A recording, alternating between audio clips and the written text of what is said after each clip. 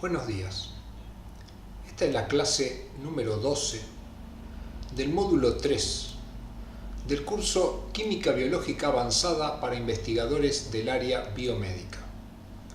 Este es un curso organizado por el Departamento de Docencia del Laboratorio de Biología Ósea de la Facultad de Ciencias Médicas de la Universidad Nacional de Rosario. Hoy nos concentraremos en una parte del estudio de la molécula de ADN. Como ya hemos visto, los ácidos nucleicos son moléculas involucradas en el almacenamiento de la información genética y su transmisión. Esta información genética son las instrucciones que tiene una célula para construir la estructura primaria de una proteína, que podemos representar de esta manera por las letras de sus aminoácidos, que por supuesto son mucho más, y que acá representamos de una manera mucho más detallada, donde cada aminoácido se une al siguiente por una unión peptídica. Estas largas cadenas de aminoácidos que constituyen las proteínas adquieren una distribución espacial e inclusive pueden asociarse entre ellas para cumplir las más diversas funciones dentro de una célula. Por lo tanto, las funciones que cumple una célula depende de qué información genética tenemos en los ácidos nucleicos. Y un organismo vivo podrá cumplir funciones si sus ácidos nucleicos contienen la información para construir las proteínas adecuadas, o no las cumplirán si no la contienen. Como ya hemos visto, las macromoléculas más importantes de los organismos vivos son 4. Carbohidratos, lípidos, proteínas y ácidos nucleicos. De los ácidos nucleicos tenemos dos tipos, básicamente los ADN y los ARN. Hoy nos centraremos básicamente en las moléculas de ADN o ácido desoxirribonucleico. Como dijimos, su función es el almacenamiento y la transmisión de la información genética, que no es otra cosa que las instrucciones para construir todas las proteínas de nuestro organismo y cumplir todas las funciones que un organismo vivo cumple. El ADN, entonces, lo podemos definir como un biopolímero de desoxinucleótidos unidos entre sí por una unión fosfodiéster. Es una doble hebra complementaria y antiparalela. Se halla unido a proteínas formando la cromatina y forma con estas proteínas a los cromosomas. Cada porción que tiene información para la síntesis de una cadena polipeptídica lo llamamos gen. Por lo tanto, podríamos decir que el ADN es un conjunto de genes, es decir, un conjunto de instrucciones para sintetizar a las proteínas. Como ya hemos visto, el ADN es un polinucleótido. Un nucleótido de esta estructura que tenemos acá, formada por un grupo fosfato, una pentosa y una base nitrogenada.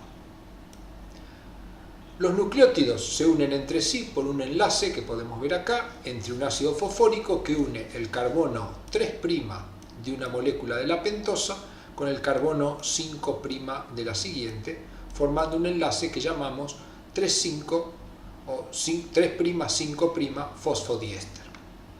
Así los nucleótidos se unen y en uno de los extremos siempre quedará el carbono 3 libre de la pentosa y en el otro quedará libre el 5' sin unirse a otro nucleótido. A su vez, las moléculas de la pentosa se hayan unido a bases nitrogenadas que pueden ser citosina, timina, adenina o guanina. Acá tenemos una representación esquemática de la estructura que tenemos a la derecha. A los fosfatos lo hemos representado con un círculo con una P, a las pentosas la hemos representado con un pentágono y a cada base nitrogenada con un color distinto y una forma distinta.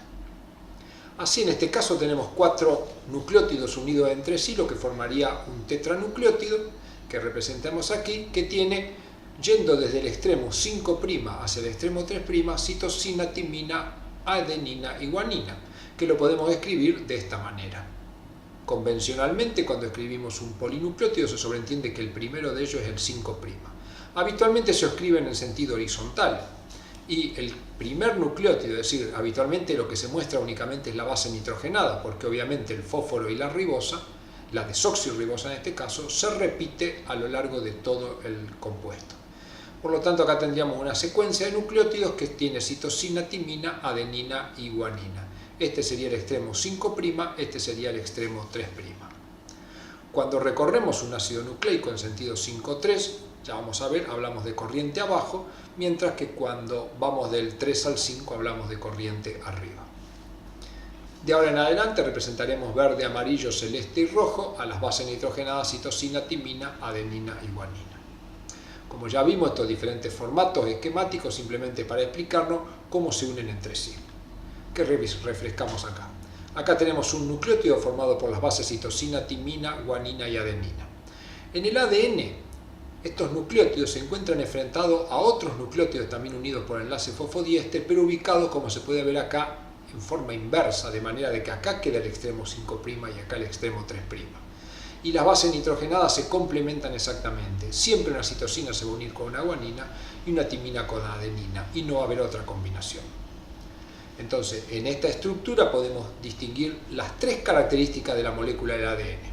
Es una doble hebra, porque tenemos una cadena de nucleótidos y otra cadena de nucleótidos. Complementaria, porque siempre que tengamos citosina se va a unir a guanina y siempre que tengamos timina, adenina. Citosina con guanina y timina con adenina. Doble hebra complementaria. Y antiparalela, porque mientras una de las hebras tiene el extremo 5' en esta punta y el 3' acá, la otra hebra complementaria tiene el sentido contrario, 5 y 3. Esas son las tres características fundamentales. Esta porción de una molécula de ADN la representamos acá. De 5' a 3', CTGA sería la secuencia de nucleótidos. La hebra complementaria va a ir de 3' a 5' y es GACT, complementaria con la hebra anterior.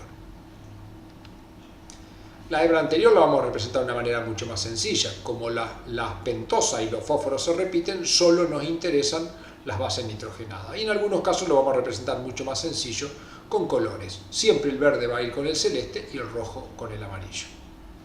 Entonces acá tenemos una doble hebra complementaria y tenemos una molécula de ADN, como podemos ver, antiparalela. Llamamos par de base a dos nucleótidos que se encuentran enfrentados en hebras complementarias y que sus bases se aparean por puente de hidrógeno. Y llamamos codón o triplete a tres nucleótidos o tres bases nitrogenadas consecutivas sobre una de las hebras de la molécula de ADN. El ADN, lo más común es hallarlo en el núcleo de las células eucariota, se une a proteínas de la familia de las histonas, aunque pueden ser otras también, y constituye lo que se llama la cromatina.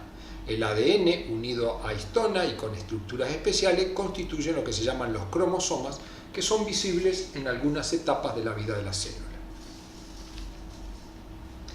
Acá tenemos una molécula de ADN representada de manera esquemática, como dijimos, cada cuadrado, un color diferente, representa una base, y como vemos siempre se aparea con la base complementaria. 5' el extremo, 3' el extremo de una hebra, la hebra complementaria tiene 3', 5'. Esta estructura la vamos a representar de una manera bastante más sencilla, como dos líneas paralelas. Esas dos líneas paralelas, que son las dos hebras, se asocian con las histonas, que son estos cilindros, formando estructuras que se llaman nucleosomas. Es decir, la doble hebra del ADN da dos vueltas alrededor de la histona y luego da dos vueltas en otra y así sucesivamente. Estas estructuras se llaman nucleosoma o core del ADN, tiene 146 bases y linker del ADN son las estructuras de ADN que están entre dos histonas y tienen 50 pares de base. Si miráramos una de estas estructuras de histona con la molécula de ADN, veríamos esto. Esta hebra negra sería la hebra de ADN que da dos vueltas alrededor de lo que se llama un octámero de histonas, es decir, 8 histonas que son de diferentes tipos. Histona de tipo H2B, H2A, H3 y H4, y una histona H1. Esto constituye un nucleosoma. Vamos a ver cómo se forma un nucleosoma y por qué se forma un nucleosoma. Las histonas, este es un dato que estoy mostrándole acá de la base de datos UniProt. Tomé por ejemplo la histona H31, que es una histona humana. Y tomé la secuencia de aminoácidos que va del aminoácido 2 al 136. Acá está representado. Cada una de estas letras representa el aminoácido que constituye una histona. Si utilizando la base UniProt, que nos da toda esta información, vamos a un poco más de detalle, podemos ver acá la composición de aminoácidos, es decir, cuántos aminoácidos de cada tipo tiene la histona. Por ejemplo, de alanina tiene 18, de arginina tiene 18, de asparragina 1 y así sucesivamente. Y acá tenemos la composición expresada en porcentajes. Vamos a centrarlo en los aminoácidos básicos, es decir, la arginina, la histidina y la lisina. La histona tiene 13,3% de arginina, 1,58% de histidina y aproximadamente 10% de lisina. Eso le confiere un punto isoeléctrico de 11,13. Si analizamos otra proteína que nada tiene que ver con el ADN, por ejemplo la albúmina sérica, y tomamos los aminoácidos 25 a 609 y analizamos la secuencia, y centramos también la atención en arginina, histidina y lisina, vemos que tiene 4,1, 2,7 y 10,1 de cada uno de ellos, y un punto isoeléctrico de 5,67. Para comprender qué buscamos, veamos las dos proteínas, una a la par de la otra.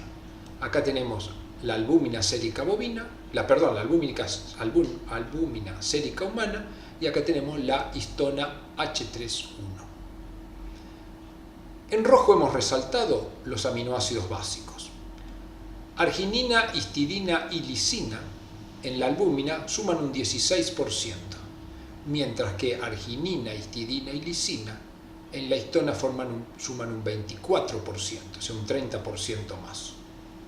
Cuando vemos los aminoácidos ácidos, aspartico y glutámico, la albúmina tiene 12,8, mientras que la histona tiene 8,2, tiene menos. Es decir, la histona, con respecto a la albúmina, tiene más aminoácidos básicos y menos aminoácidos ácidos.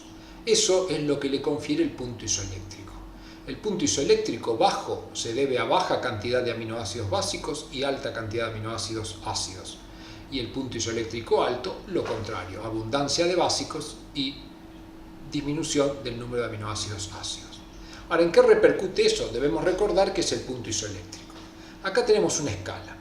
El punto isoeléctrico, por ejemplo, para la albúmina es 5,67, acá está marcado.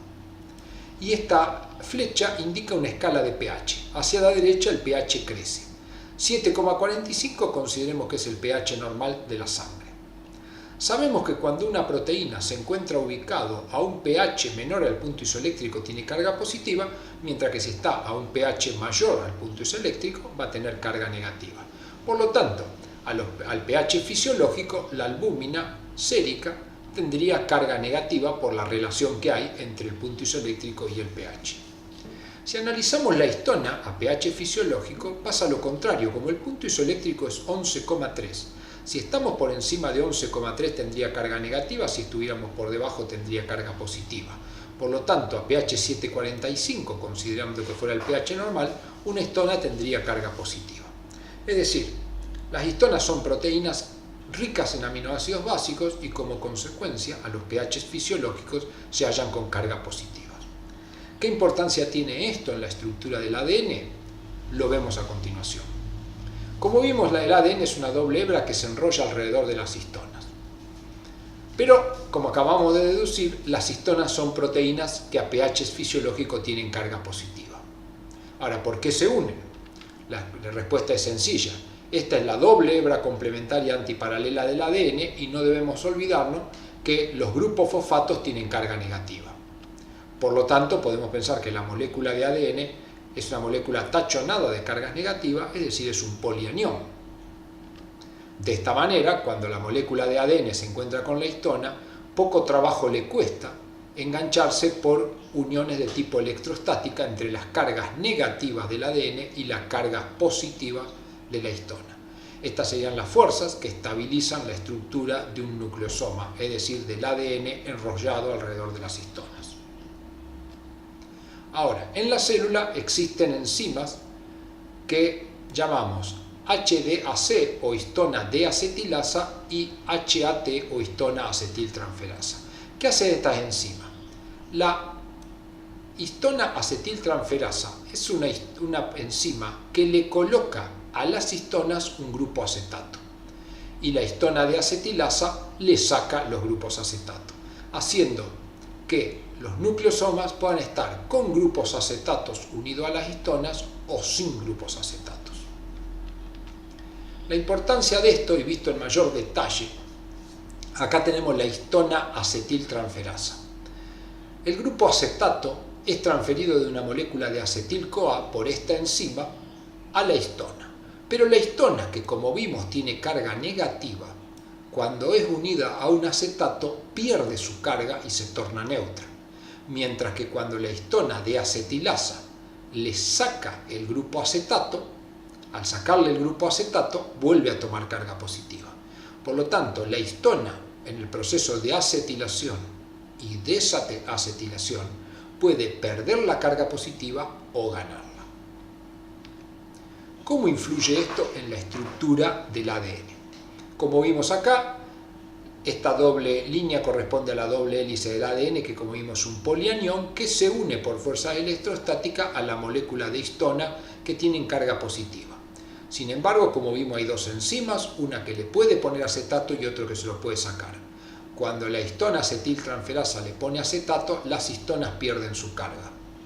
Y al perder la carga, si bien la molécula de ADN retiene la carga negativa, ya no tendrá más carga positiva la molécula de la estructura de la histona y por lo tanto se van a desarmar los nucleosomas. Contrariamente, si le saco el grupo acetato, la histona vuelve a tomar carga positiva y se vuelve a formar el nucleosoma. Visto acá en otro esquema, esto que planteamos no ocurre a lo largo de toda la cromatina, sino por sectores. Por ejemplo, en este sector, donde tenemos nucleosomas formados por las cargas positivas de la histona o atraídos por los negativos del ADN, si se acetilan, a perder la carga positiva, la molécula de ADN se libera de la molécula de histona. Pero en este sector, donde no actuaron las enzimas, sigue permaneciendo unido. Así, volviendo al mismo esquema, tenemos zonas donde el ADN no se haya ligado a las moléculas de histona generando nucleosoma y por lo tanto se encuentra formando lo que se conoce como cromatina laxa, mientras que las estructuras del ADN polianiónicas que se mantienen unidos a aquellos sectores a los cuales no se le ha colocado la molécula de acetato y por lo tanto permanecieron formando el nucleosoma, generan lo que se conoce como cromatina condensada. Volviendo al nuevo esquema, entonces tenemos zonas de cromatina laxa, que corresponde a aquellos sectores donde los nucleosomas se han desarmado, y cromatina condensada, aquellos sectores donde los nucleosomas no se han desarmado. Esto nos recuerda aproximadamente un libro. Para poder leer un libro tenemos que abrir en un determinado sector para ver su interior, mientras que las hojas que quedan pegadas entre sí son imposibles de leer. El ADN que tiene información es como un libro. Cuando actúa la histona acetiltransferasa y pone grupo acetato, produce la liberación de la molécula de ADN, la relajación de la cromatina y es como si hubiéramos abierto el libro y podemos ver la información que hay en ese sector. Mientras aquellos sectores que quedaron como nucleosomas, estos sectores van a quedar como las páginas cerradas y no podremos sacar la información. A estos sectores de cromatina laxa se encontrarán en esos sectores, como en los otros también, genes, es decir, sectores que contienen información para una proteína. Esos genes contienen la información y son los que nos brindarán la posibilidad de sintetizar proteínas. Esto ya lo profundizaremos después, pero digamos en la doble hebra el gen tiene la información, hay un sector corriente arriba del gen que se denomina promotor y un sector corriente abajo que está el gen. En este sector promotor existe una serie de estructuras conocidas como caja, en este caso TATA porque tiene timina, adenina, que serán responsables de la unión de diferentes proteínas, entre ellos la RNA polimerasa, que permitirá copiar la información que se encuentra en el gen para luego, a través del proceso de síntesis proteica, formar las proteínas que van a ir a cumplir las diferentes funciones de una célula.